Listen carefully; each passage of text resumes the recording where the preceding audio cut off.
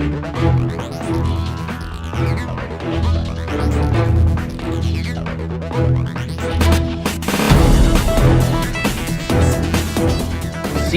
on käkikeerajate nädala ringmaade. Ainsad uudised, mida teie vajate.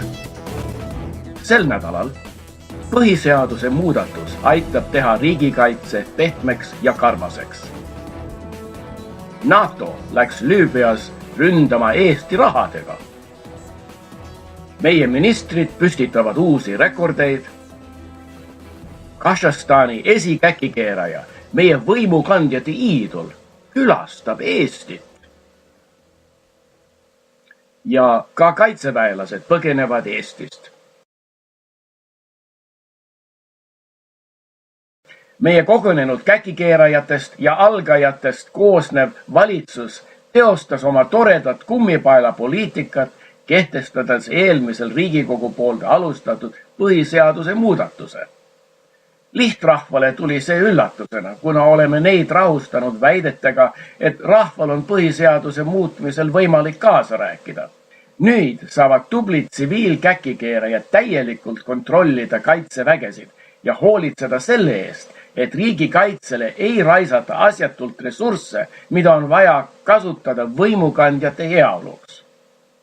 Sel nädalal otsustasime võtta riigikaitse presidendi pädevusest ja anda see meie Iisraeli relvatehingu karastatud tubli kaitseministri kontrolli alla.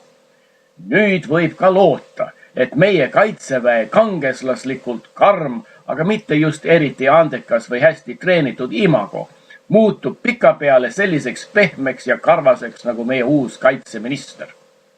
Meie esikäkikeerajal, armastatud presidendil Ärma Toomasel, nüüd küll enam midagi arvestatavat teha ei ole. Aga eks ta saab minna oma abikaasa turismitalu eest hoolitsema.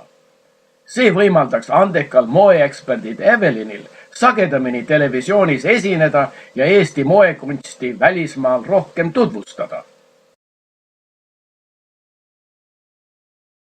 Rikkamatel NATO riikidel napib raha, aga Eesti võimukandjad on suutnud lihtrahva arvel küllalt säästa, et aidata meie jõukatel NATO liitlastel Liibüat rünnata. Oleme suutnud oma töötud ja maarahva piskuga läbi ajama. Oleme õpetanud nad säästlikuks.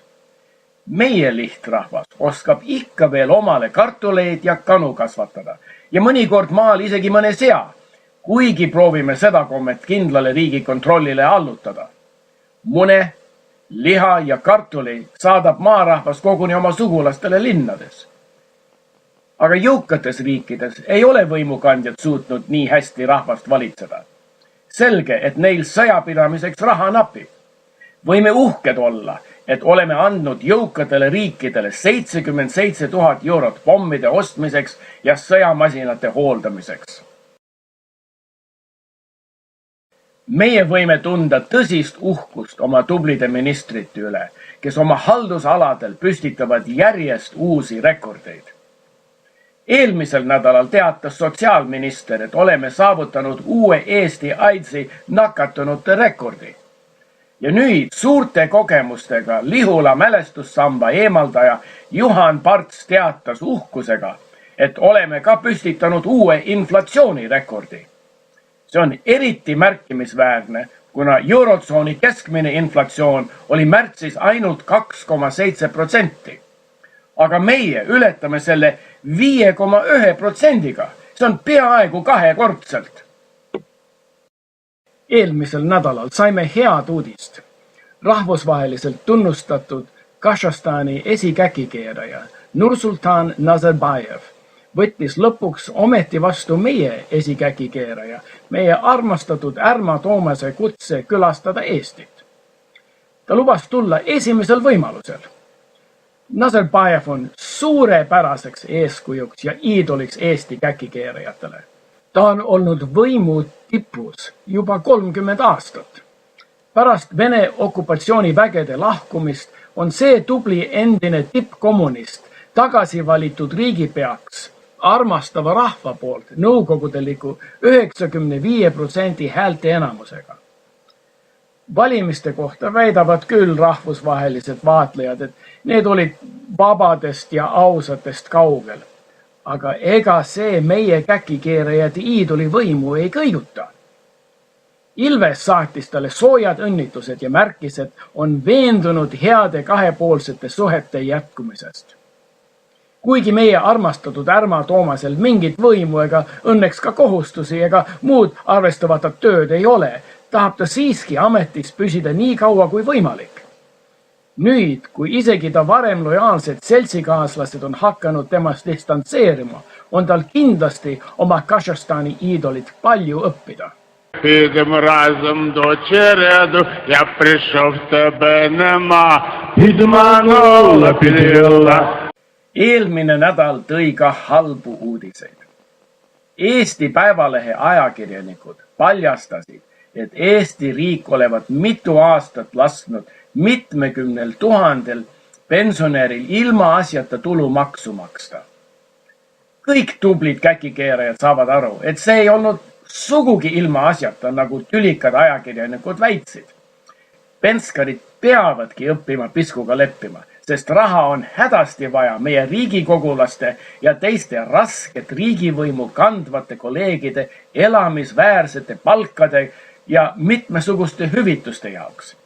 Ega raha taevast ei saja või nagu peaminister Ansip meile räägib, kellelt siis maksusid võtta, tulnukate käest või? Ja ka need sponsorid, kellele me soodsaid seadusi ja määrusi teeme, ei suuda ka täita kõiki meie vajadusi. Pahatahtlike ajakirjanike pärast peame nüüd varem kenasti laekunud summasid hakkama penskaritele tagasi maksma.